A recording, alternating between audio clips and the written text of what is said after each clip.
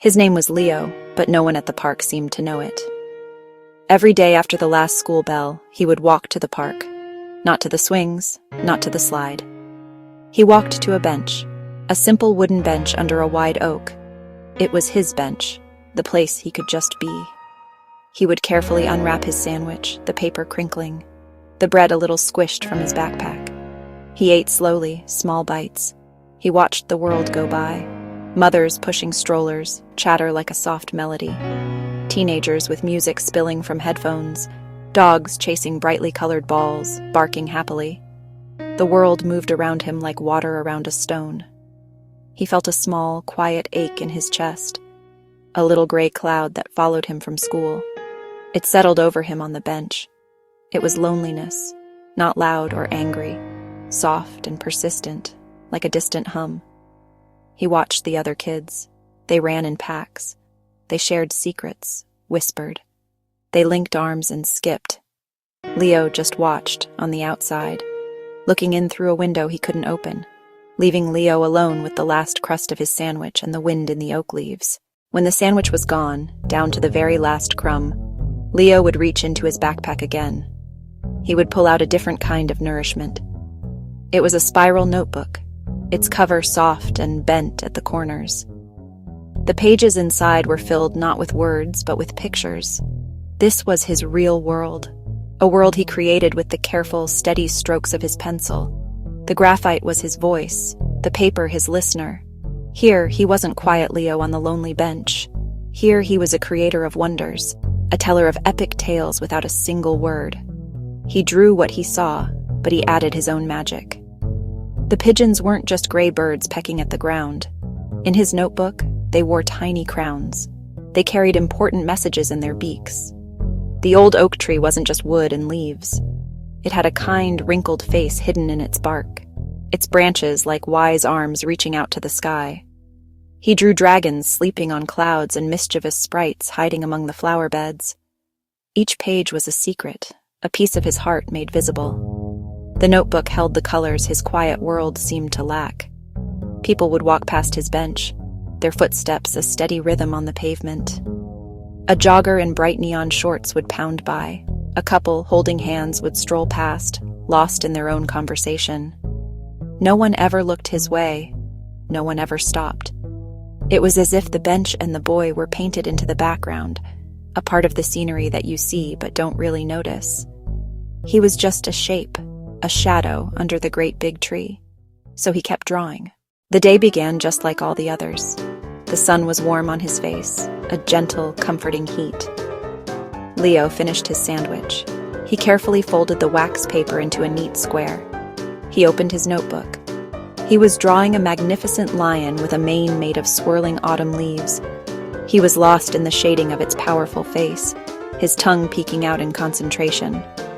The park was alive with its usual sounds, the distant clang of an ice cream truck, the happy squeals from the playground, the gentle cooing of the ever-present pigeons. It was all so familiar, so predictable. Then something changed. A sudden, mischievous gust of wind swept through the park. It was stronger than the usual gentle breeze.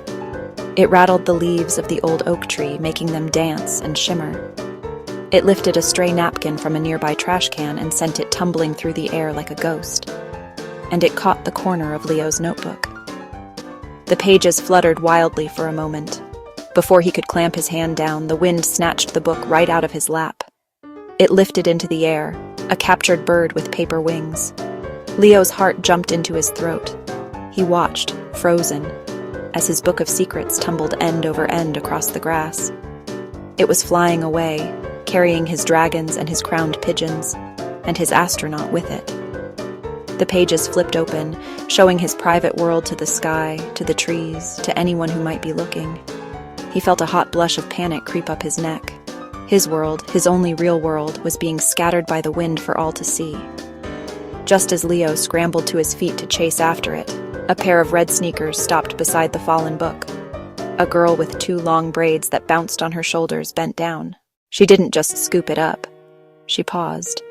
Her head tilted as she looked at the open page. It was the drawing of the 2 small boats, sailing side by side on the endless ocean. Leo's breath caught. She was looking at his feelings. She carefully closed the notebook, holding it gently in her hands as if it were something precious. Then she looked up, her eyes finding his from across the lawn. She started walking toward him. Each step she took felt loud in the sudden quiet of Leo's mind. He just stood there by his bench, his hands clenched into small, nervous fists. He expected her to hand him the book. He expected her to walk away. Or maybe she would laugh, or she would point. But she did neither of those things. When she reached his bench, she held the notebook out to him. Her eyes were not laughing. They were kind. They were curious. Leo didn't know that yet. He could only nod, unable to find his voice. He could only nod again. She sat down on the bench next to him. The space that had always been so empty was now filled. Wow, he looks so proud. He looks a little lonely. She understood. She didn't just see lines on a page. She saw the story behind them. She saw what he was trying to say without words. With each page she turned, Leo felt the little gray cloud inside him begin to shrink. Is this a dragon sleeping? He's guarding a secret treasure. Narrator, Vio. She smiled, bright and genuine. Narrator, Vio. She pointed to the pigeons with their tiny crowns. Maya, are they kings? She giggled. Narrator, Vio. They're messengers, Leo replied, a small smile touching his own lips for the first time that afternoon. Narrator, Vio. The bench was no longer a throne of invisibility, it was a shared space. Narrator, Vo. Maya was still there, sitting beside him, the notebook resting between them. Narrator, Vo. They had gone through every single page, the first tentative sketch, the detailed lion, the drawings the wind had ruffled. Narrator, Vo. The silence between them now was not an empty one. It was comfortable, filled with the shared experience of his art. Narrator, Vo. Maya started telling him about her world, how the big slide felt like flying, about her scruffy terrier Gus, and about cherry ice pops so cold they made your teeth ache. Narrator, Vo. Leo listened, truly listened, picturing her stories in his mind like they were his own drawings. Narrator, V.O. Then Maya told him a joke, a silly squirrel joke he couldn't quite remember later, but it didn't matter. Narrator, Vo. A giggle escaped Leo's lips. The giggle grew into a laugh, a real, honest-to-goodness laugh that came from deep inside. Narrator, Vo. Maya's laughter joined his, and the sound of it rose up and mixed with the evening songs of the birds in the tree above. Narrator, Vo.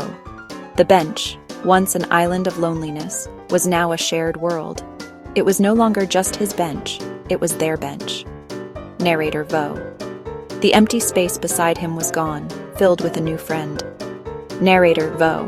A gust of wind, a fallen notebook, and a small, kind question had changed everything. Narrator, Vo. As they sat there, two kids on a bench, their shoulders almost touching, their laughter echoing in the fading light, it was clear. Narrator, Vio. A single act of kindness, like a single seed, can grow into something beautiful, turning an empty space into a garden of friendship. Narrator, Vo.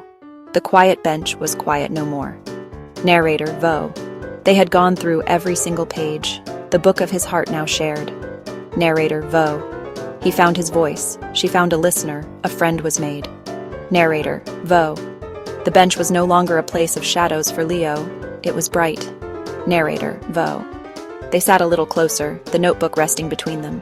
The world continued, kinder somehow. Narrator, Vo. A small, kind question had folded two worlds together. Narrator, Vio. The once empty bench now holds two kids laughing together while the camera pulls away, showing the boy is no longer invisible.